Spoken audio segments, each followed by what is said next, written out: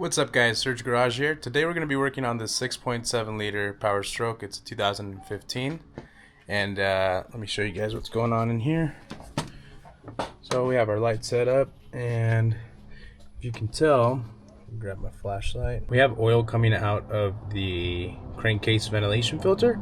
So that just means that it's plugged up. It hasn't been serviced in a while. It's not the original one. The truck has, I think, about 150,000 miles on it. Very low mileage truck, but that's not the original filter. You don't have the original Ford stickers here unless it was washed at some time and they came off.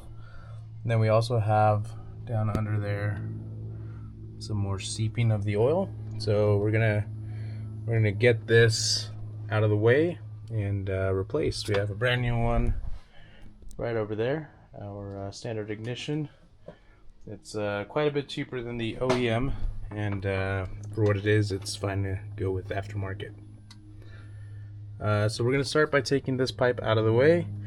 We just get onto that clamp down there in the back on the turbo. You pull it over and out and pop the boot out, and then you take off this 7/16 or 11 millimeter. I always use 11 millimeter hose clamp here, and then get the tube out of the way. After that, we're going to be doing the fuel filter lines and such out of the way. Then it's 4 bolts that hold that down. So I'll show you guys here in a bit what I'm talking about. I'll be right back. Alright guys, so we have the cold air pipe out of the way. Just want to show a couple of things. One, we did have a little bit of oil in here. That is perfectly normal. It's just crankcase pressures, blow by. If you have excessive, like a ton of oil comes out of there, then you have an issue potentially with your turbo seals, something like that you want to address. But just a small amount of oil is fine. And then this clamp, you take it off, and then I like to grab a pick and kind of run it just carefully right here to get it to break off.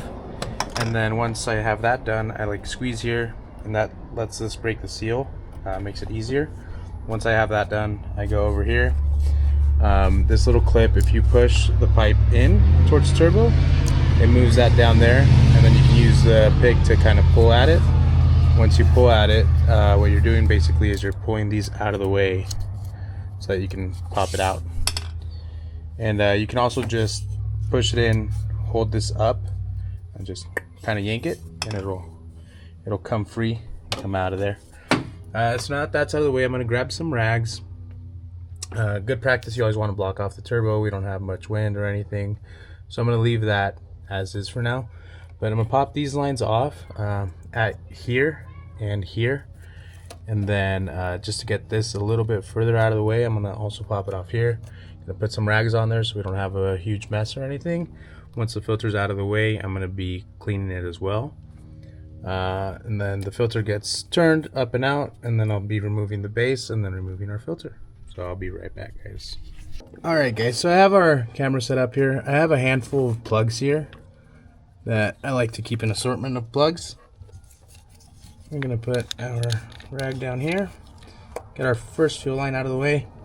You might have some fuel pressure there, so it's a good idea to close your eyes and get a rag over the top. You can just pop those clips down. Like you guys saw, didn't really explain it, but pop those rags down, and then you kind of just pop it out. This one's a little different. You got to pull that top clip up, push down, in and down, and then you can pull it out. A lot of these Ford fuel plugs are a little tricky.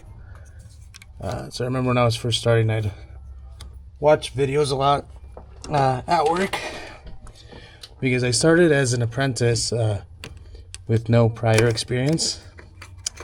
So a lot of it, and they just kind of threw me to the wolves. So a lot of it I was just looking on YouTube, and a lot of those plugs there was no info on them. Make sure your plugs are clean, by the way. These plugs stay getting flushed out periodically. So this is just so you don't make a giant mess.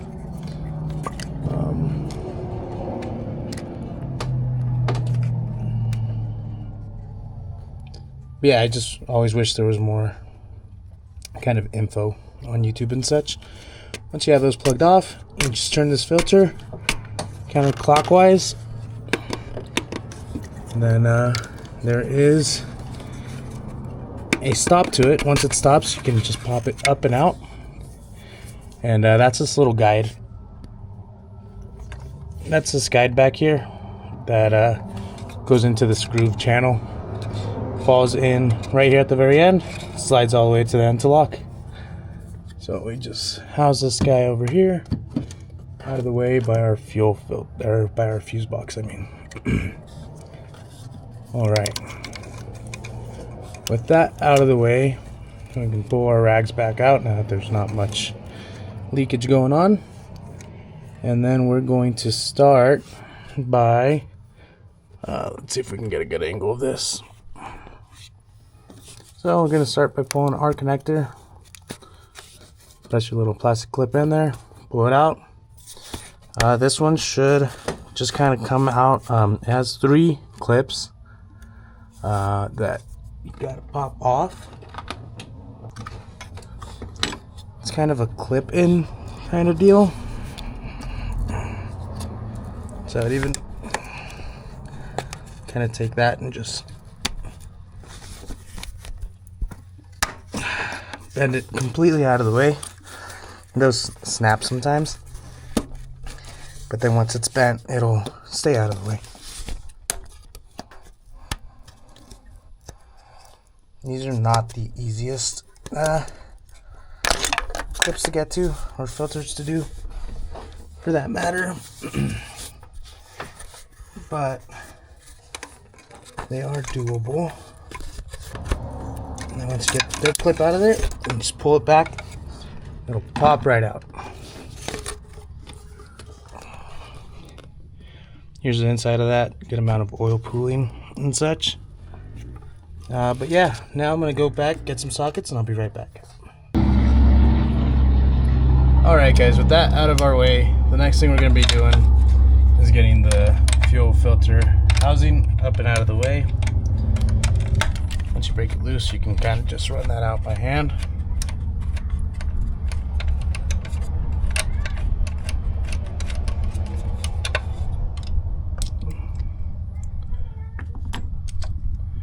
And then we're going to have also 2 little 8mm bolts. Those live, one right here, and the other is right over here. It's like at a triangle.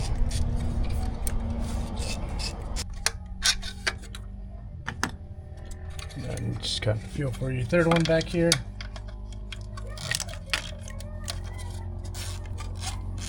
And then you find out that I lied and there's a 4th bolt hidden away, tucked down in here.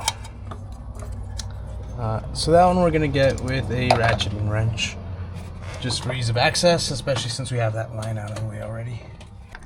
The bad part about a ratcheting wrench is that once you put it on there, you kind of have to hold it. Like the bolt has to have some kind of resistance or it won't turn with the ratchet.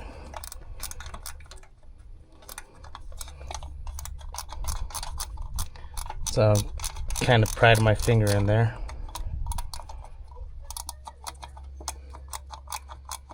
To be able to get that.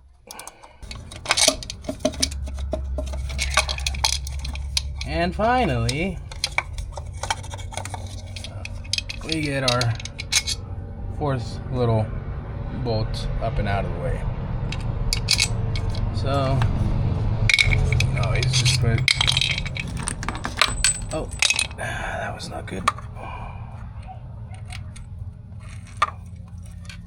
We still have it. Cool. Get our 4 bolts in there. Tuck that off and over out of the way.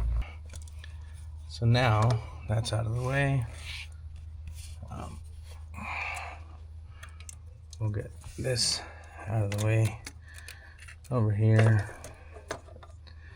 Then this out of the way up here. Cool. Get our rag. Alright, we're back, guys. Now that's the part number for the filter we're installing. It is a standard ignition filter. And something that I want to show to you guys is what I always did when I was taking something off that I either hadn't done before or couldn't find information on, was always look at your new part first. We have one bolt here. We have another bolt right here, an O-ring, and another bolt, and a seal.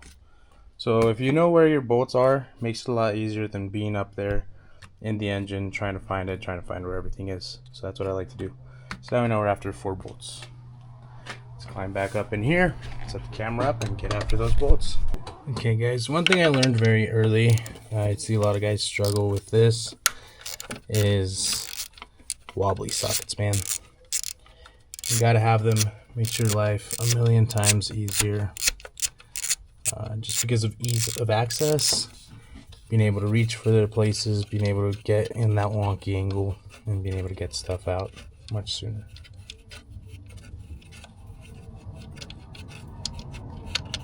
Just so you know, we have our 1 bolt, our 2 on the back that we saw on the filter itself, and a 3rd one right here. Now here you can see where somebody had already done that filter, and they pinched that harness onto there. So that's obviously not good. Then over here at the front side of it, it's just like a dummy plug kind of thing, where all the excess oil pulls in and it doesn't go back into your intake. The purpose of this is if you neglect your filter and you don't fix it, it'll just pull in here and not go back into your intake. So yeah, I'm gonna get this cleaned up and the new filter installed.